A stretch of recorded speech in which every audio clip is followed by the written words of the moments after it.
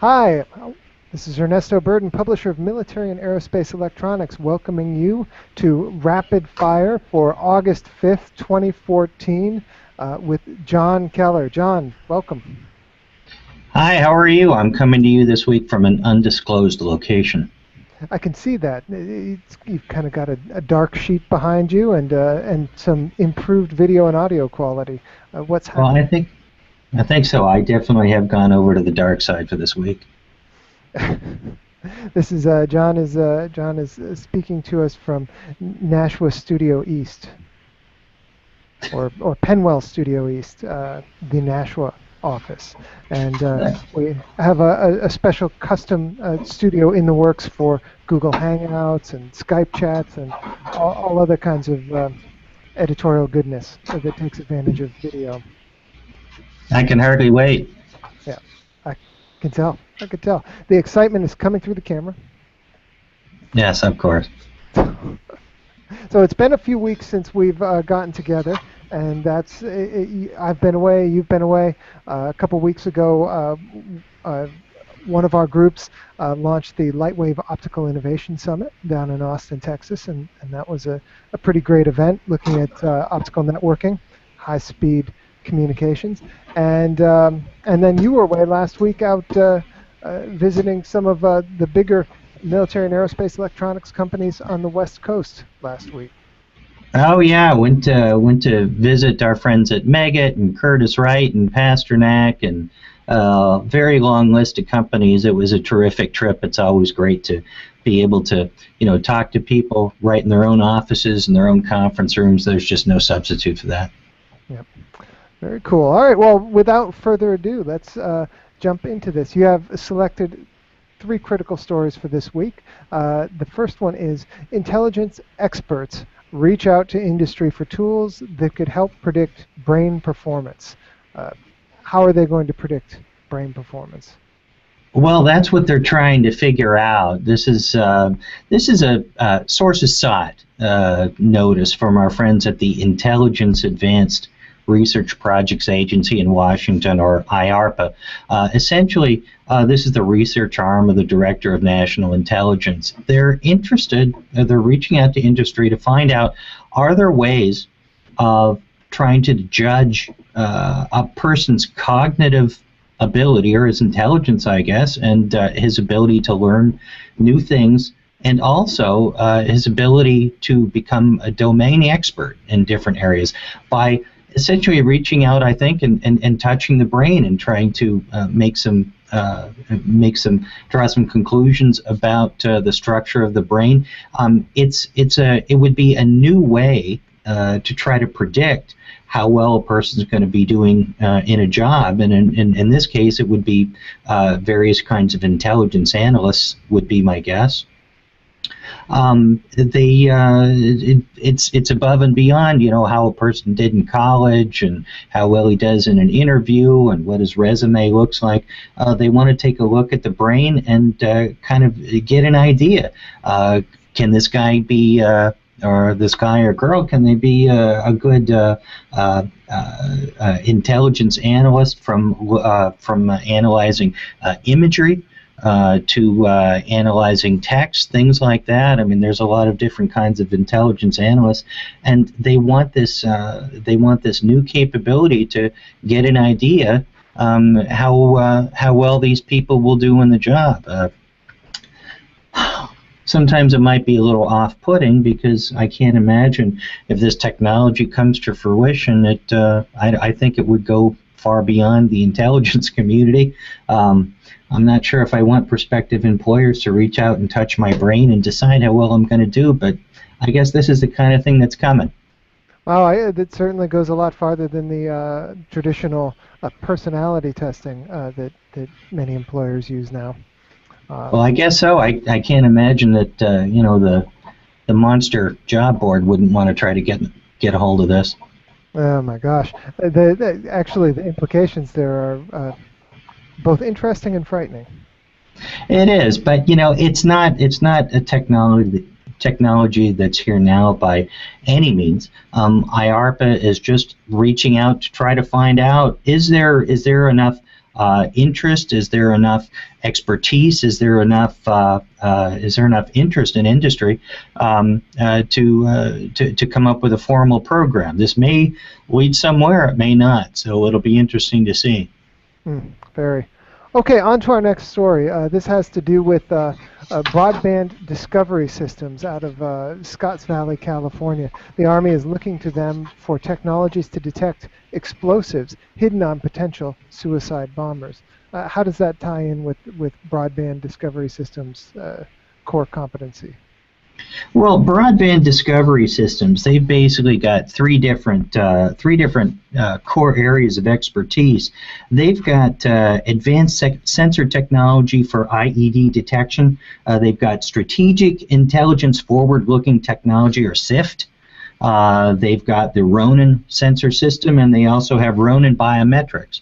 I wish I knew more about these Ronin systems, but at this stage of the game, I don't. But evidently this is the company that has the domain expertise to do this kind of thing. Suicide bombers are a very difficult challenge. They come at you quickly. They come at you from areas that you may not expect, and particularly they come at you, they're often not kind or courteous enough to go through normal security screening systems. What they want to be able to do, and a suicide bomber is going to be able to cause a lot of damage at substantial distances. So they're looking for technologies that will reach out and be able to essentially reach out and touch potential suicide bombers before they get close enough to do any damage. They want to be able to determine, is this person a threat? If he is, what kind of a threat he is, so they could come up with procedures for dealing with that. The whole idea is to be able to identify the real threats and find out what kind of threats they are before they can blow themselves up and cause a lot of damage. Now, what does this look like? Is this something that they're going to be able to do at a long distance? What's the range for that type of detection? Well, I don't know exactly what the range is, but how far away does a suicide bomber need to be in order to do some damage? I would think it would be 100 yards, maybe less, maybe more. But the whole idea is that they want to be able to stop a threat before it gets within range to do any damage. Now they're looking at securing entryways to sensitive installations. They're looking at probably sporting events, any place that would be a potential target of a suicide bomber. They want to be able to find him and stop him before they can do any damage. Okay. Next story. Army pushes forward with project to design lightweight maneuverable vehicle with soldier protection. You have an illustration here. Can you describe for folks what this vehicle is going to look like? Well, the whole idea is they want to come up with Army vehicles that will protect the soldiers inside from the effects of explosions, roadside bombs, IEDs, things like that.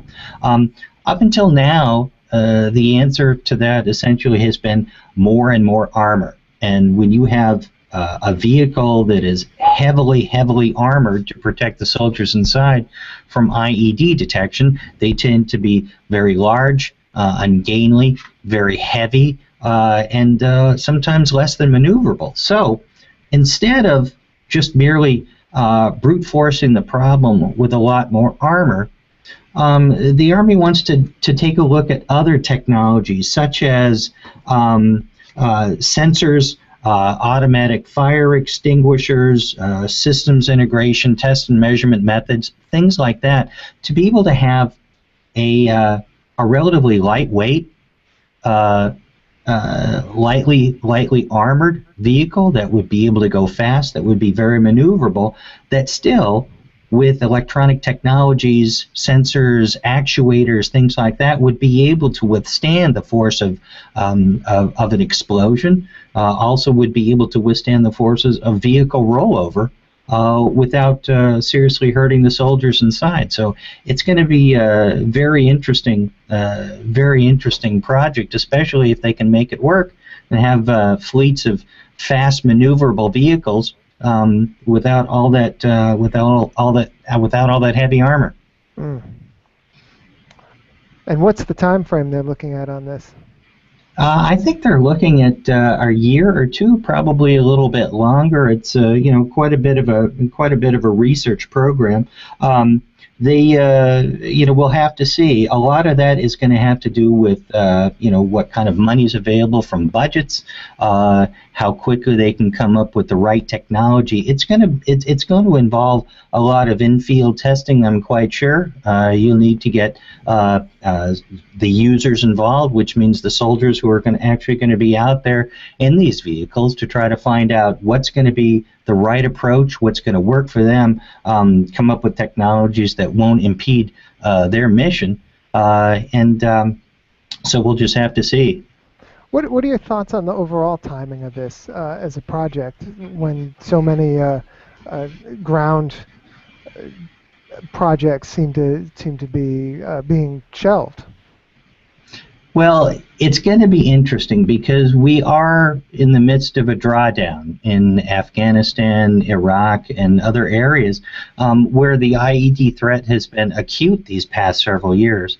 I don't see the sense of urgency to come up with this being quite as dire as things have in the past. I think the idea is that for the next conflict, wherever and whenever that will be, that they won't have to have all these, super heavily armored MRAP vehicles and things like that. I think they're really looking to the next generation of a safe, fast, maneuverable vehicle for getting soldiers from place to place.